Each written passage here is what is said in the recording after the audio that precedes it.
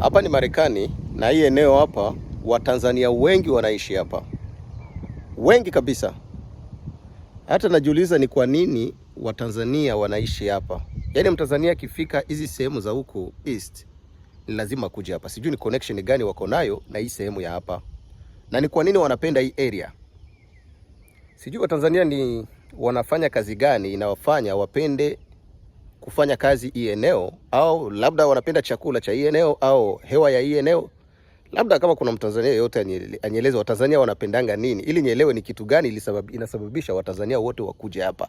Yaani hapa hii area yote hapa ni Watanzania. Kuna Mtanzania nimekutana naye akaniambia hawa wote ambao wanaishi hapa ni Watanzania.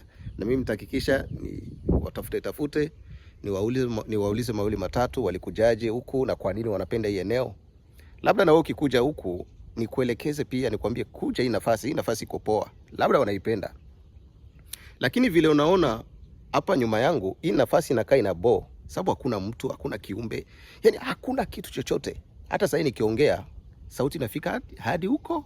Kiukweli Marekani kuna bo zaidi hizi area za huko. Ina bo sana, hakuna jirani, hakuna mtu. Labda utaomba nani shauri. Relationship itashika namna gani? Labda ulikuwa unapendelea kuoa, kuolewa, utakutana aje na mtu mjuane. Ni connection sasa. Watu unakuta kipindi kingine ni connections.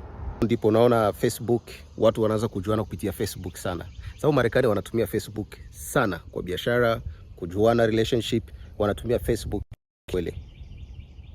Sasa hapo unakuta watu kusema wajuane wanatumia ni Facebook. Sababu kuna bo, watu wakutani, hakuna minyama, hakuna nini.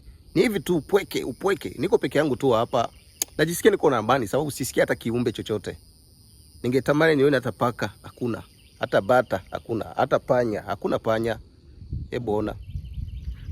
Kimwingine kiko hivi tu nikitembea huko. Nimefanya masaa mawili hapa nje. Sijaona mwanadamu yeyote akipita. Nimetembea hizi eneo, nimekaa sioni mtu. Sasa utakaa wewe mtu ambaye umetokea Tanzania, utakaa asubuhi hadi usiku kwa nyumba tu, hata ukitoka nje huoni mtu. Haoni kama hiyo ni tabu kweli? Mimi sioni kwamba ni muhimu kuja huko. By the way, kama wewe ni mtu ambaye unapenda mambo ya afadhali ungekuwa hata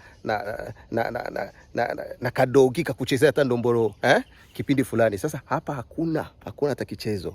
Marafiki zangu bado naendelea kuulizia habari mbalimbali kuhusu mambo ya kazi. Nikipata information ya uhakika ya kweli ninachangia na wewe mara moja. Tena nitaweka hapa hadharani kwa mtandao. Na mara nyingi napitisha vipindi kwa YouTube. Kwa YouTube nitakuwa active sana. Siko sana Facebook, but YouTube nitakuwa huko. Enda ujiunge huko kwa Barikiwa TV.